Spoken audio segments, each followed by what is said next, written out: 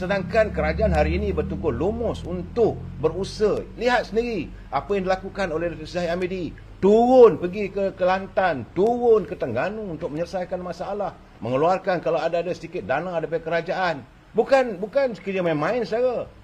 Orang kita mengandung air. Tapi apa yang digambarkan lain tak ada, mereka nak kuasa. Jadi di sinilah letaknya ada usaha sedang dilakukan. Pertama sekali adalah kumpulan baju hitam. Ini sebab itu baju hitam di saat waktu pengundian nak dilakukan, mereka mengumpul konon-kononnya menirulah style bersih. Bersih dulu baju kuning.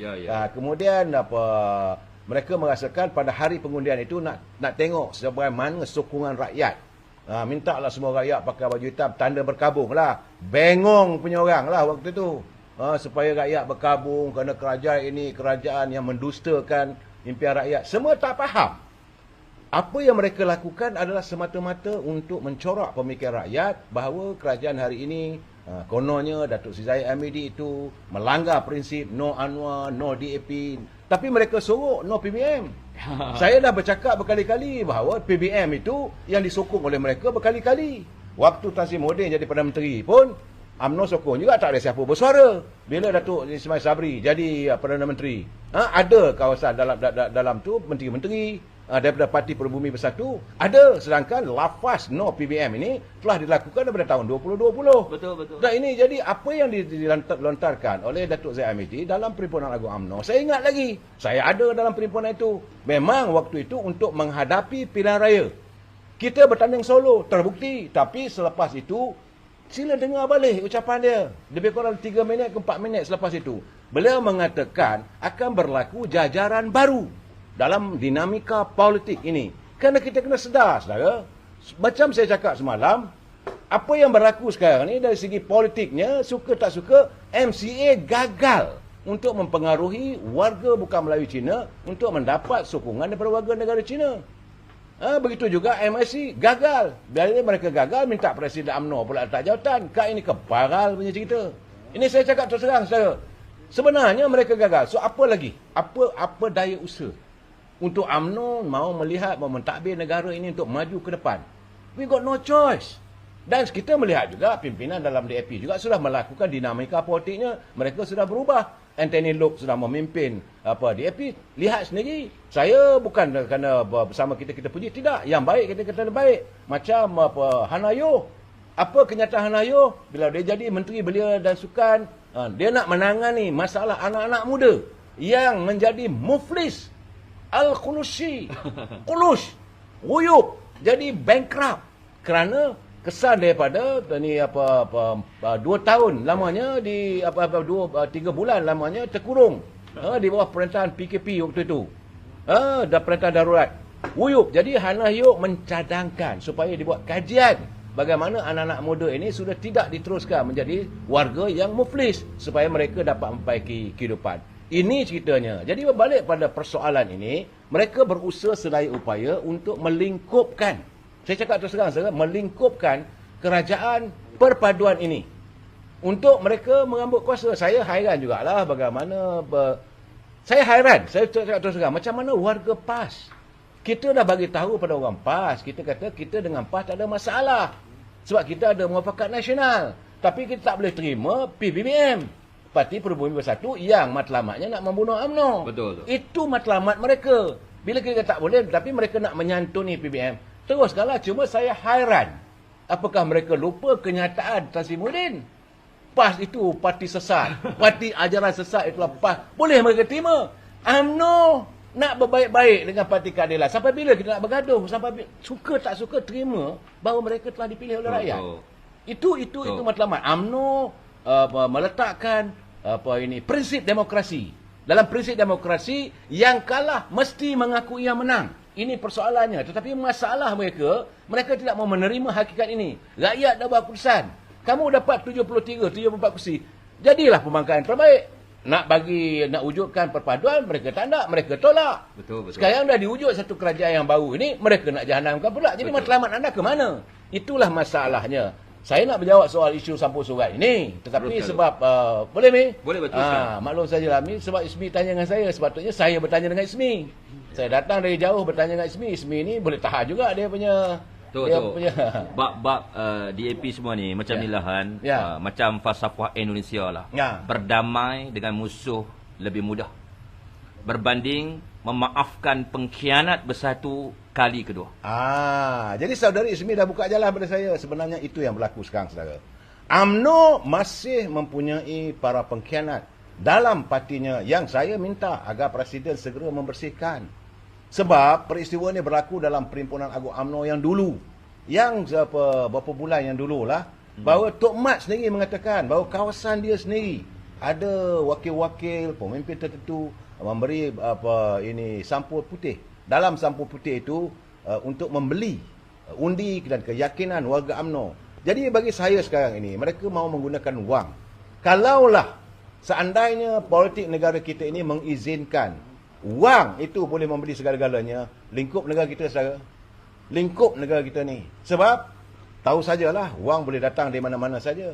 Dan mereka ini amat bahaya. Kita meletakkan kepentingan rakyat dan dalam arus demokrasi semua orang bertanding secara bebas.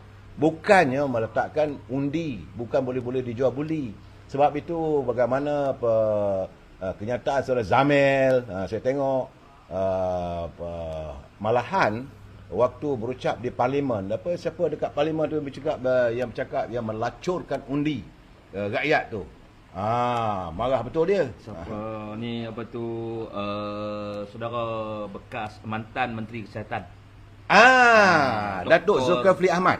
Datuk Zulkifli Ahmad dia secara jelas mengatakan bahawa ada usaha-usaha untuk melacurkan SD ataupun akuan bersumpah untuk meletakkan orang-orang tertentu. Sebenarnya saya bukanlah berhasrat untuk mencarut atau memaki hamon.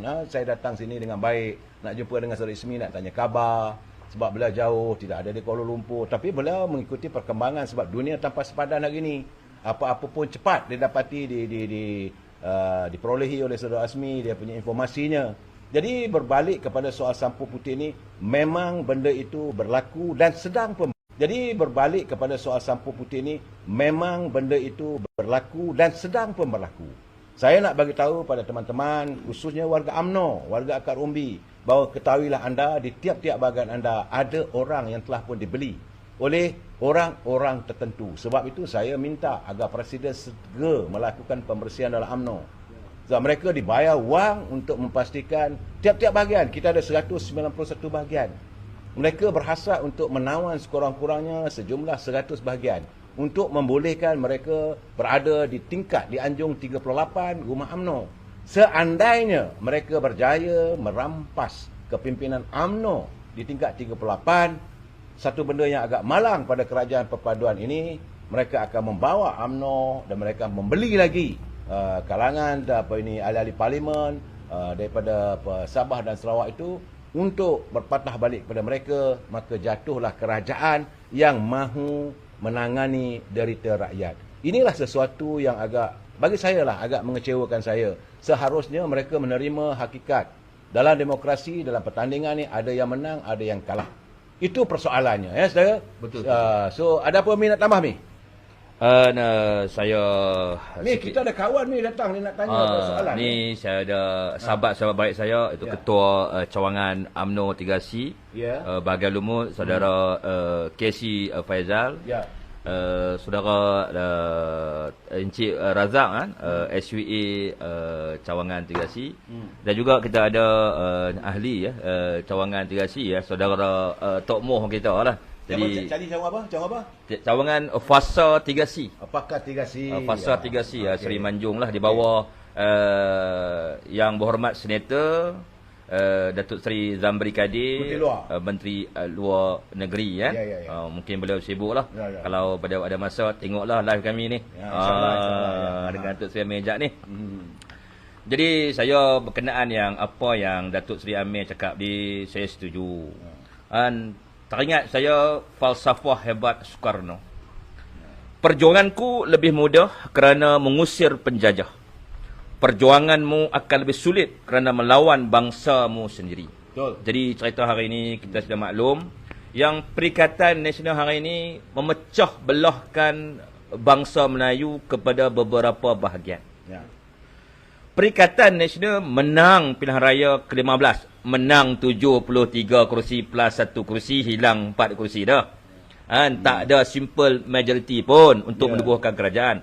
Pun kerana yang pertama, wang ringgit yang banyak dimiliki oleh Mahayadin Yassin. Yang kedua, kerana permainan politik mereka yang agak perkauman dan ekstrim, menakut-nakutkan orang Melayu, malah mencipta berbagai fitnah kepada Dr. Zahid Hamidi. Bla bla bla, macam-macam dia kata. Jadi hari ini mereka sepatutnya menyertai kerajaan penyatuan atau kerajaan perpaduan. Tapi mereka menolak mentah-mentah titah Seri Paduka Baginda kita hanya kerana enggan duduk di nombor 2. Mereka mau nombor 1. Sebab nombor 2 mereka tak nak. Jadi yang kedua, mereka cuba menipu istana dengan menghantar SD yang bukan diambil mengikut saluran rasmi. Makna SD itu membelakangkan parti UMNO dan Barisan Nasional. Arahan tuanku, arahan yang saya dapat, kita dapat Saudara Ismi, yang saya dapat, saya baca, bukan saya tak baca saudara, tapi mereka cuba menafikan. Arahan daripada istana mahukan agar ketua-ketua parti menamakan calon Perdana Menteri. Sila semak balik. Bukannya dah ambil seorang-seorang. Ini sampai bila lagi kita nak dengan SB? Cuma saya nak selain ni satu orang ni daripada mana tadi tu? Sahabat kita, saudara Raffles Shah Himalaya. Dia kata eloklah cium apa ini DAP. Saya kata ini bukan soal cium. Ini bukan soal cium. Kalau saya begitu, bagaimana dalam Perikatan Nasional adanya parti-parti gerakan? So, apakah kita, kerana dia tu warga bukan Melayu, maka kita nak brand? Saya dah bercakap semalam, sudah-sudahlah. Sampai bila kita nak berbalah? Sampai bila kita nak menjadikan negara kita ni porak-peranda? Sampai masanya ada perdamaian, macam mana kata Saudara Ismi tadi, bahawa perdamaian itu kita berdamai dengan orang yang bermusuh dengan kita adalah lebih baik daripada kita mengekalkan pengkhianat dalaman. Berdamai dengan musuh lebih mudah berbanding memaafkan pengkhianat yang sama 2 kali. Lepas itu saya tertarik hati dengan apa yang Saudara Ismi katakan tadi. Memang itu adalah kenyataan Bung Karno. Bung Karno ini adalah pemimpin hebat di negara Indonesia. Bahawa beliau dulu mengatakan, kalau kamu berikan aku 100 orang tua yang mampu kulakukan adalah untuk menawan Gunung Kalimanjaro. Tetapi kamu berikan aku 10 anak muda, pasti ku goncangkan dunia. Ini orang macam Soekarno yang melihat kepimpinan itu penting. Dan bila beliau mengatakan bahawa bila Indonesia sudah merdeka, aku berjaya mengusir Belanda keluar daripada bumi Indonesia. Aku berjaya mencapai kemerdekaan untuk bangsaku. Tapi aku khawatir, itu tambahan sebenarnya, aku khawatir kemerdekaan ini akan tergugat kerana bangsaku sendiri. UMNO, Barisan Nasional, berada dalam kerajaan pimpinan Yang Amat Berhormat Datuk Seri Anwar Ibrahim. Tetapi kalau menteri tak betul, kita sabunlah, kita balunlah. Apa ada masalahnya? Sebab itu saya tidak memilih untuk terikat dengan mana-mana menteri. Walaupun mereka sahabat, kadang-kadang sahabat menegur lebih baik daripada orang lain menegur. Macam saya katakan hari ini, saya katakan Saudara Rafizi, berhati-hati. Jangan kita terlepas telajak cakap. Dan saya haraplah teman-teman dapat semua tu. Memang tidak dinafikan, dulu isu ini pernah dilontarkan oleh Datuk Ahmad Maslan. Kemudian apa yang tak silap saya dulu ada menteri, sahabat saya dulu daripada Kuala Pilah, ahli parlimen Kuala Pilah. Siapa kena nama dah tua ni, saudara lupa pula saya. Dia kata masa itu masalah ikan. Cuma janganlah pula, saya harap lepas ini kita tak dengar lagi lah ini Menteri Perdagangan Dalam Negeri dan Haiwan Pengguna pula bercakap, jangan risau, kita dah kira ikan dalam laut. Itu masalah. Abang Mat, saya bercakap pada Abang Mat Sabu. Saya berada di Perak, saya lihat tadi harga barangan masih belum dalam keadaan yang terkawal sepenuhnya. Peningkatan harganya, tadi minum cendol pun, semangkuk cendol pun RM5. Itu makanan rakyat. Makan dekat Salim restoran di Ipoh tadi pun harganya boleh tahan juga. Saya rasa yang inilah Abang Mat dan juga saudara Salihuddin Ayub harus melihat Sebab ini janji Datuk Seri Anwar Ibrahim.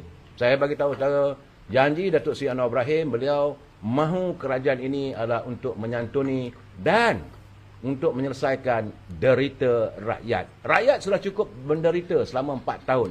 Jadi kita tak mahu dalam keadaan-keadaan sebegini, keterlanjuran dalam kepimpinan boleh mengakibatkan rakyat terus menderita.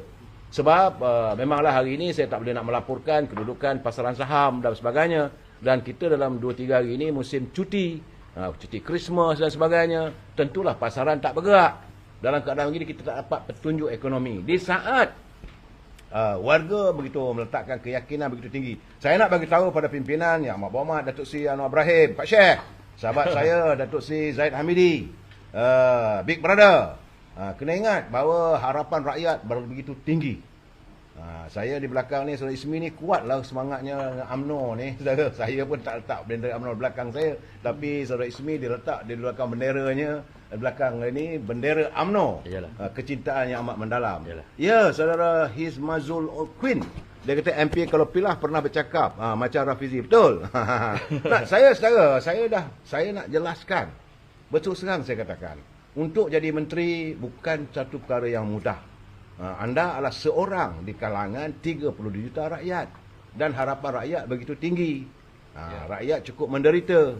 Terima kasih saudara Puan Nur Jumayah Abdul Razak dari Kuala Terengganu, Tat SP, saudara Puan Nurliza, Hairi Yang Cik. Terima kasih. Ini saya siapa ni?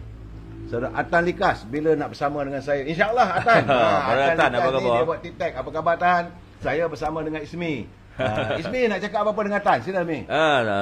Sawatan teruskan perjuangan dan dalam banyak jalan yang ada, jalan perjuangan yang kita pilih.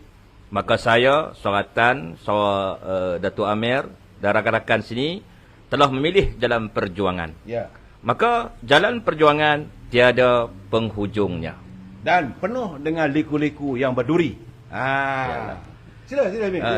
Dalam hari ini soal kerajaan perpaduan ni, kita pun kena sedia maklum bahawa Yang Amat Berhormat Datuk Seri Anwar Ibrahim, Pak Syekh yang kita kasihi, salam reformasi, lawan sampai menang. Sekarang dah menang. Jadi, lawan Tokeh apa ini? Tokeh apa ni? Tokeh ini Persi Katel ni. Lawan Katel sampai menang, biar rakyat senang. Itu kena prinsip. Sila Mi. Jadi saya harap masyarakat di luar sana berikanlah masa kepada Datuk Seri Anwar, kerana beliau mewarisi sebuah kerajaan yang gagal di era Perikatan Nasional. Kita sudah maklum keadaan ekonomi amat teruk disebabkan kegagalan Tan Sri Mahayadi Yassin menguruskan ekonomi negara dan perbuatan Tan Sri Mahayadi Yassin yang mencampurkan urusan politik dan urusan ekonomi sehingga kita melakukan satu perbuatan lockdown untuk jangka masa yang terpanjang di dunia. Malah didaruratnya negara kita dan berbelanja wang negara tanpa kawalan, dan kita sudah maklum hari ini kes 2.5 bilion sedang dalam siasatan SPRM. Kita juga mendengar berita-berita kabar angin mengatakan banyak projek-projek direct nego yang diberikan oleh kerajaan Mahayadin kepada rakan-rakan baik. Orang Indonesia kata sahabat baik itu kroni. Orang Malaysia kata kroni. Orang Indonesia kata sahabat baik. Dan artinya sama saudara, tidak ada perbezaan. Jadi, tapi kita tak mau nak mencampuri urusan siasatan SPRM. Kita belajar daripada kesilapan zaman Mahathir dan Mahyudin. Kita mahukan kerajaan perpaduan hari ini mewujudkan separation of power antara badan kehakiman dan juga eksekutif, dan tidak sewenang-wenangnya melakukan perbuatan yang sama, melantik mana-mana kepimpinan politik sebagai pengarah SPRM, dan jangan sama sekali mengatur hakim-hakim seperti mana zaman Mahathir dan Mahayadin. Ya. Jadi kita yakin tak lama lagi satu persatu akan terbongkar. Ya. Bak kata pepatah Indonesia. Kebohongan itu walau berlari seperti kilat, tiba waktunya kebenaran akan mengalahkannya. Dan kesombongan Perikatan Nasional tanda dekatnya mereka dengan kejatuhan. Walau bagaimanapun tuan-tuan, harus kita berhati-hati. Kerana di dalam UMNO masih ada gerombolan saki-baki ataupun disebut sebagai ejen bersatu yang menunggu masa menceruang dan peluang untuk menjatuhkan ayahanda kita yang amat berhormat Datuk Seri Zahid Hamidi, Timbalan Perdana Menteri Malaysia. Jadi saya di sini sebenarnya tanpa pengetahuan Datuk Seri Amir ni, tanpa dirancang, saya ingin mencadangkan agar pihak Majlis Kerja Tertinggi UMNO mengusulkan agar jawatan Presiden dan jawatan Deputi Presiden tidak dipertandingkan di pemilihan yang akan datang. Kita bukan takut untuk bertanding, tetapi kita harus ingat, kestabilan kerajaan perpaduan hari ini bergantung kepada kestabilan parti-parti yang menyokong kerajaan perpaduan. Kita juga sedia maklum, UMNO merupakan komponen terbesar yang memiliki 26 kursi plus 4 kursi yang menyokong kerajaan perpaduan. Jadi, sekiranya jawatan Presiden dan Deputi Presiden dipertandingkan, kita bimbang. Kluster bunga akan melancarkan gerakan-gerakan yang kita kenali gerakan sampul putih. Jadi nak bercakap soal sampul putih, saya bagi kepada Yang Arif, Datuk Seri Amir kita memperjelaskan. Dan saya secara rasmi, saya cuma nak bercakap dulu sebelum nak tangat, saya nak santuni dulu saudara Azli Nordin. Apa khabar saudara Azli Nordin? Saya selalu kadang-kadang bila live tu ada masanya, ada waktunya kita berbeza pendapat. Tapi selalu saya katakan saudara, ya, live saya ini siapa nak menyunting boleh, tak ada masalah, tapi anda harus bertanggungjawab pada siapa yang menyuntingkan sini sebab saya tak mampu untuk memantau. Dan saya minta kalau nak ada tulisan dan sebagainya, gunakanlah bahasa-bahasa yang harmonis kerana kita adalah warga cinta damai. Dan prinsip kita mesti bersetuju untuk tidak bersetuju. Itu paling penting saudara. Sebab nanti peguam saya balik-balik Kuala Lumpur, dia tanya dengan saya, kenapa tak bercakap? Baik saudara, berhubung dengan persoalan yang kita hadapi saat ini, saudara ini Azinuddin, dia kata kerajaan dah usahakan langkah pendek, langkah panjang. Dia tanya saya kenapa tak ulas.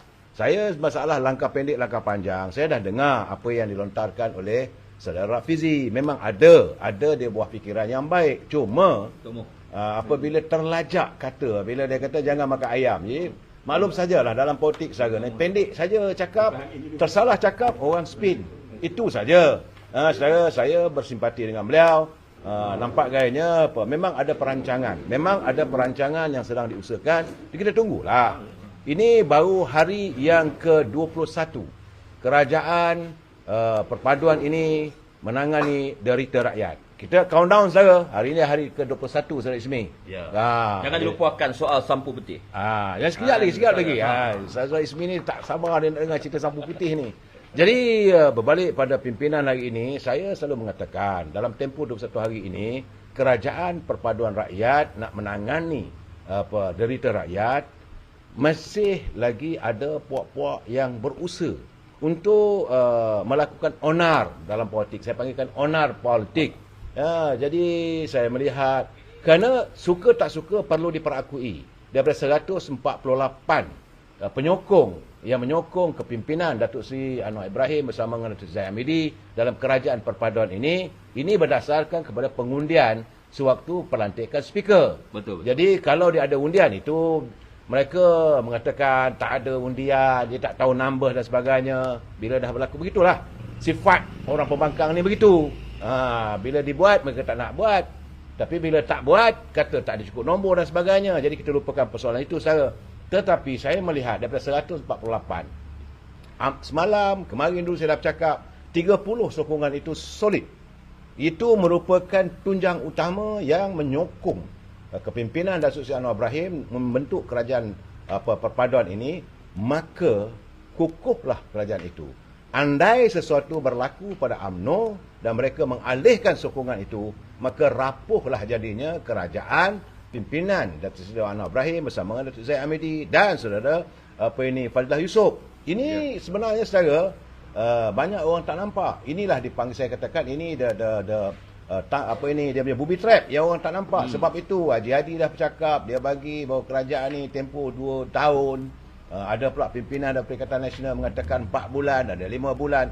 Mereka masih lagi memikirkan soal jawatan, bukan memikirkan soal rakyat.